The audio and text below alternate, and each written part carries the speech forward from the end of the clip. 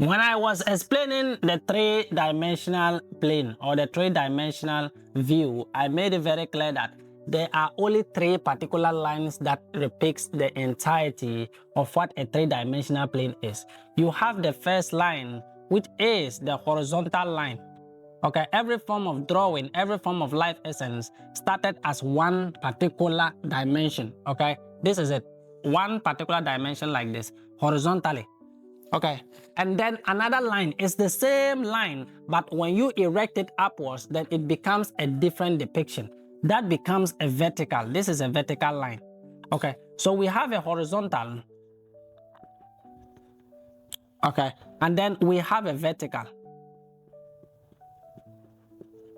Okay, so between these particular two lines, is there any other form that you can draw a particular line that is depicting reality itself? Okay, then you come to the diagonal. There's only one diagonal line.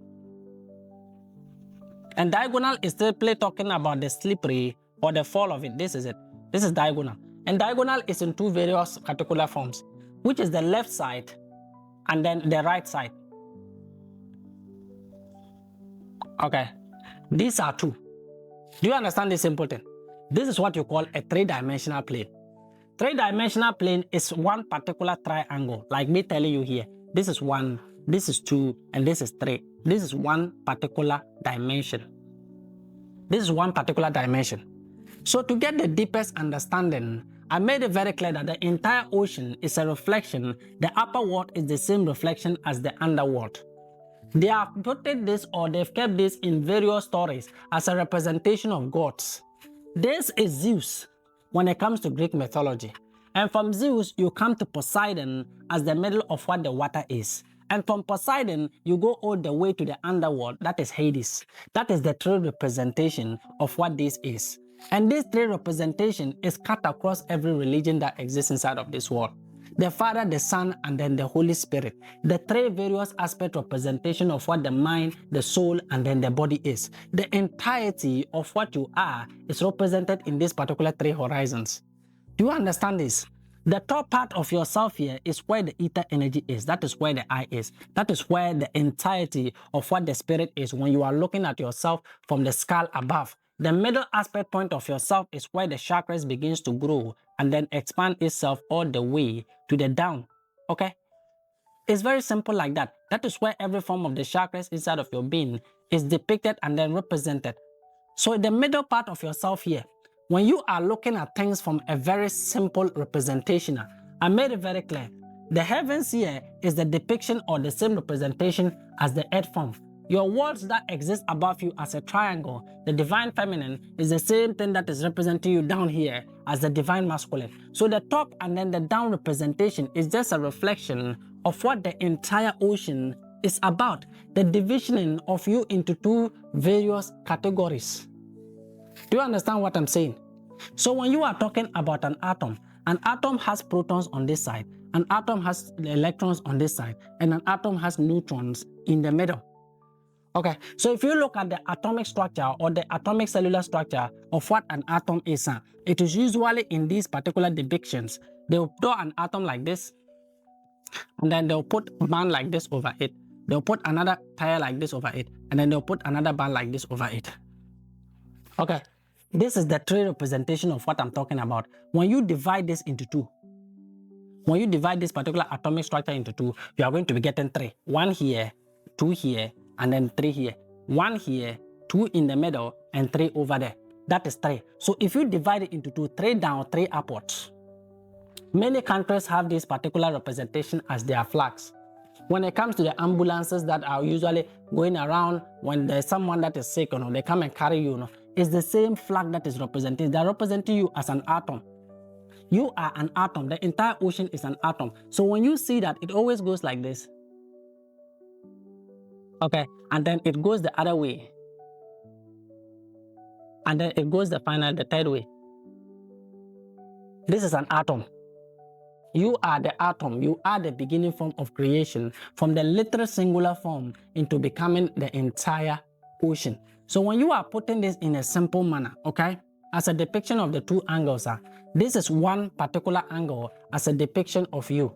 When you are adding another angle, okay, let's say we are adding another angle all the way in the same direction, but just putting it in a different form. So it will become like this. Let me come. It will become simply like this. This is one particular line. This is another line going here. This way. This way. And then another triangle like this. From the middle, point of yourself as a neutral point, all the way to this side, and then all the way to that side. So it becomes like this. Do you understand? It becomes like this. These are 5 forms. 1, 2, 3, 4, 5. These are 5 various forms of yourself as a representation of the sun. The sun rises through the horizon of the heavens, cutting this particular plane into 2. You are existing in one particular plane. The sun rises from the east and then falls in the west. This is one particular plane. You are existing in 3-dimensional plane. That is what it simply depicts here. Okay, and in this particular 3-dimensional plane, you have 5 particular senses, and within these 5 particular senses, you have 5 various levels through which the brain or the mind is able to access the information of the entire ocean.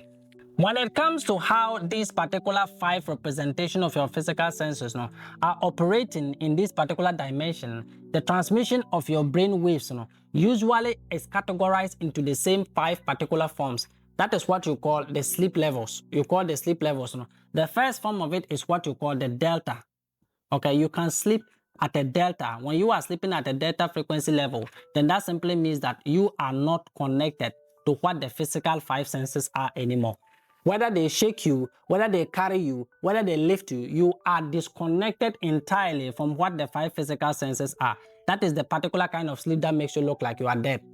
Okay, this particular sleep, it looks like you are dead. The way in which your brain signals are transmitted to the entire 12 oceans of your own self, creating the awareness of the 5 physical senses, they have been dimmed down to a particular level that the soul is no longer existing in the 5 physical body. It is no longer confined in the essence of the 5 physical senses.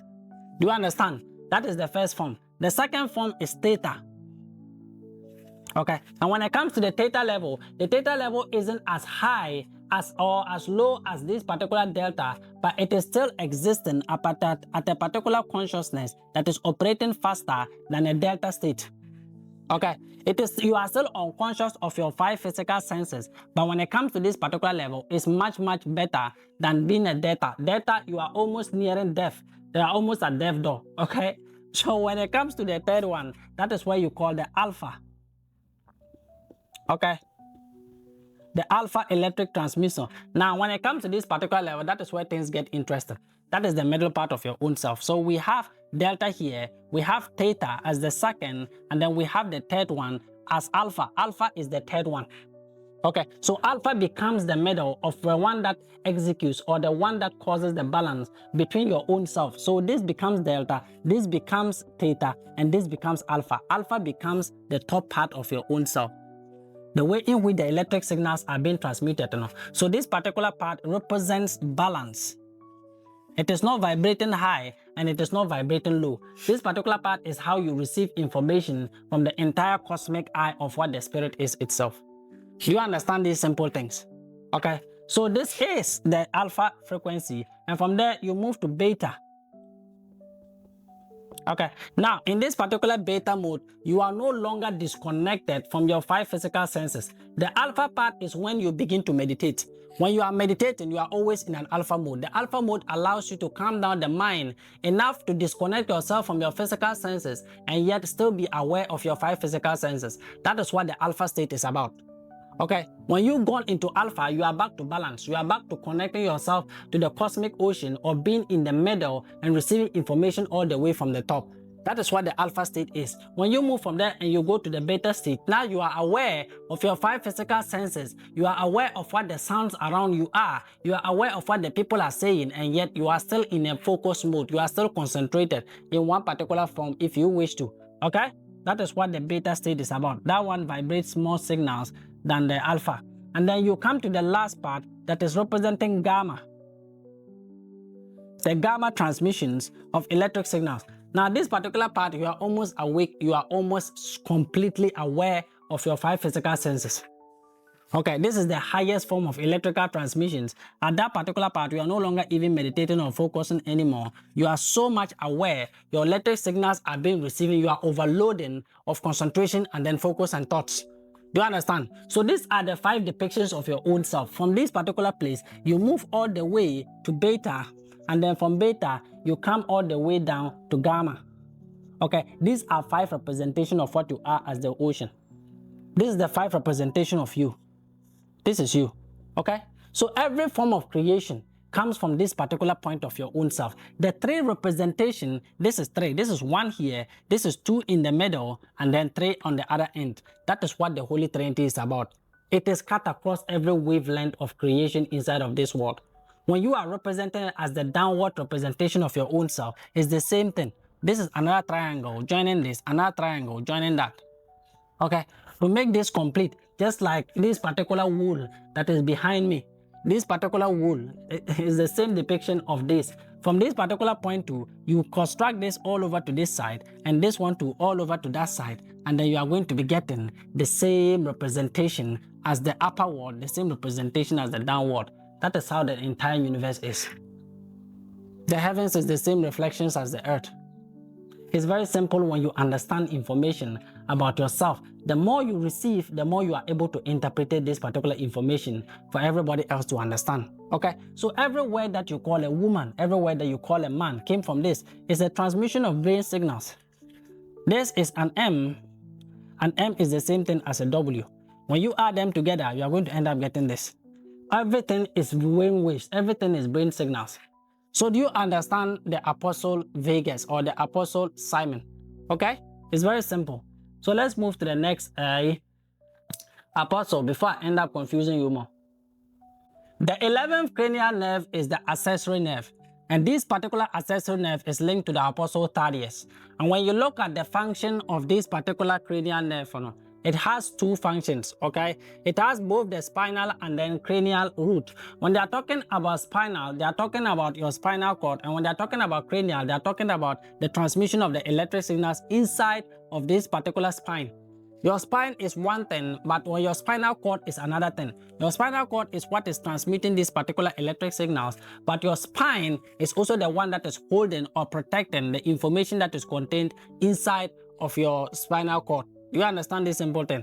Okay, so it has both cranial and then spinal systems that interface the spermatozoids. That particular word, you can go and then you Google it. Okay, it simply means turning left and turning right, controlling the movement of your shoulders. They couldn't just put that very simply. They have to write a word that will end up making you bite your tongue. Okay, which controls the shoulder movement. Thaddeus' role was upholding the heavens and then the earth. So simply, Thaddeus represents the pillar. When they are talking about 11:11, they are either talking about creation or they are talking about destruction. Thaddeus was the holder of the heavens. This particular 2 representation is who Thaddeus is. Thaddeus is the one that holds the heavens. Okay? As a representation of who the head is, he is the one that is holding, him being at this point and that point, holding up the heavens or the information of who Yeshua is. Thaddeus' role was upholding the heavens and the earth as a close companion of Yeshua during his earthly ministries, witnessing his teachings, miracles, and events leading to his crucifixion and then resurrection. So what they are simply trying to tell you is that Thaddeus was there as the representation of the neck. Your shoulders is what is carrying the heavens. Okay, the 2 aspect point of your shoulders, your left shoulder, your right shoulder, is what is carrying your head in the middle. So Thaddeus was a representation of your shoulders as a way of holding up Christ or holding up Yeshua, all his ministries from the first point of himself all across to the 10th point of himself. Thaddeus was there. Thaddeus was present, and every miracle that Yeshua ever performed, Thaddeus was present there, because your body is always present with the neck. When they separate your body from the neck, that is when you die. Do you understand? That is exactly how Thaddeus died. He died by an axe. They killed him by an axe. Okay, they crucified him like an axe. The axe from here is about splitting off the neck. When they separate the heavens from the earth, then that is when you lose. Do you understand what I'm saying? The 12th cranial nerve is the nerve called the hypoglossal nerve, which is an attribute to Judas. Judas the betrayer, Judas inside of the Bible. But I want to explain something very simply when it comes to Judas, okay?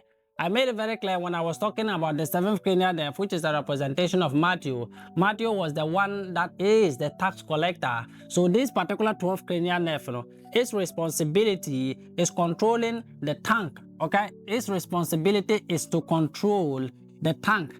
I made it very clear that your sense of taste when it came to the apostle Matthew is very different when it came to you being able to control the tongue. The sensation that goes inside of your taste is different from the sensation that controls the movement of the tongue. You can use the tongue to either create or you can use the tongue to destroy. All of it depends entirely on the level of vibrational wavelength that you are operating at. If you are operating at a wavelength of envy, if you are operating at a wavelength of jealousy, then the tongue is nothing that is going to be beneficial to you or to anybody else, but will be the one thing that destroys you. Do you understand? So it controls the movement of the tongue. This nerve is crucial for functions like eating, swallowing, and then speaking.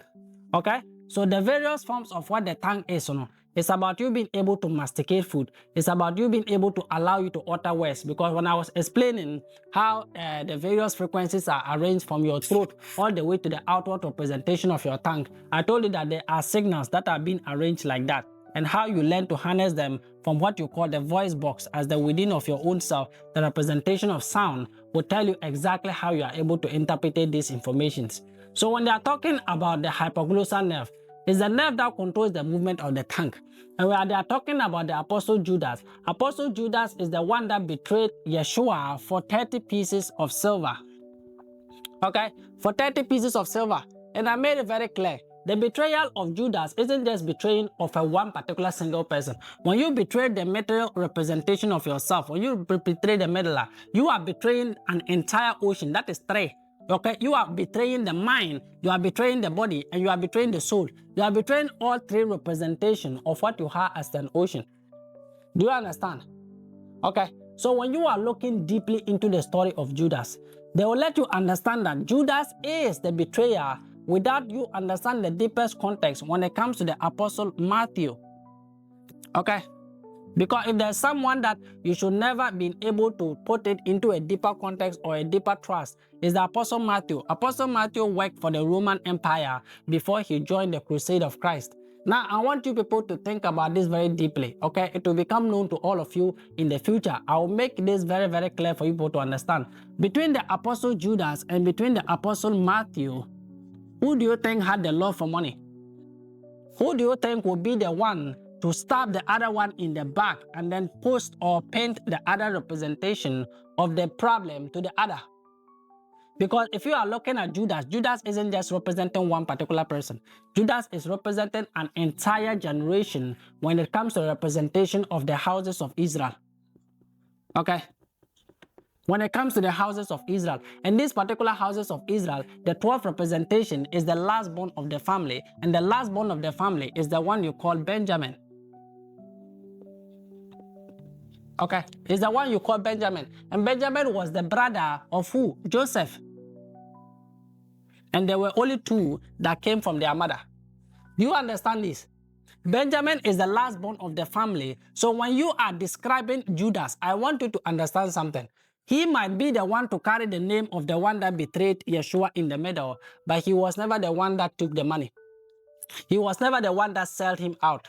He was never the one. They just pinned the crime on him, and then he tried explaining to the entire apostle that that is not what happened. He wasn't involved in the act. He didn't betray him, and then he ended up, okay, because none of these particular 12 apostles had much faith in Judas, because of his anger issues, because of him being distant from everybody else, he ended up hanging himself. Okay. Judas ended up hanging himself without even spending the 30 pieces of silver that they told him that he sold Christ for. Nobody understood him. Nobody believed in what he said. Nobody believed that he wasn't the one that sold him out, and then he ended up getting hanged. Because the way in which they write the Bible, they will twist it and make it look like he said, "You will betray me 3 particular times. Before the dawn, you will betray me 3 particular times." That is the representation of them telling you about the 3 gold pieces. Do you understand? The betrayal of him, when you look at the character of what Judas is, they are talking about the betrayal of the tongue. The character Judas is talking about the tongue. The tongue is the one thing that betrays. And everybody inside of this world has a tongue. Whether you are a man or a woman, you have a particular representation of a tongue inside of you. They are talking about the dangers of the tongue. But when it comes to the representation of the apostle, he was set up. Okay? Judas was set up and then blamed. But when it comes to the representation of Matthew, Matthew is seen as a saint. That is why people don't understand. Don't trust this guy. Okay? Don't trust this guy. You understand the story more deeply as we go on. Okay. Judas is widely known for betrayal of Yeshua for 30 pieces of silver. Yes. Judas' crime is contributed to a single person, expresses jealousy. Okay. The entire jealousy of what you are. When you put jealousy ahead of what the entire soul representation is, then you are a Judas. You are the one that betrays people for the pleasures of the tongue of what the physical five senses is. Because betraying somebody for 30 pieces of silver isn't even good. It's way downward. Do you understand what I'm saying? So it's very simple when you understand this particular 12 representation of the apostles and then the cranial nerves. We've come to that conclusion, and then we are going to move to the next thing. I'm going to start talking about your entire spine and then the head. We are going to pick your spine and you are going to pick your head, and that is where we are coming to break everything down into pieces for you to understand the angels carrying the information to the heavens and the angels carrying the information to the earth before we move to your ancestors as a representation of the Orishas. Okay? Before we continue, I want you to understand things in a very clear manner. The representation of the 12 cranial nerves of your brain isn't a name of a woman, neither is it a name of a man. Every single one of you are working at a particular wavelength.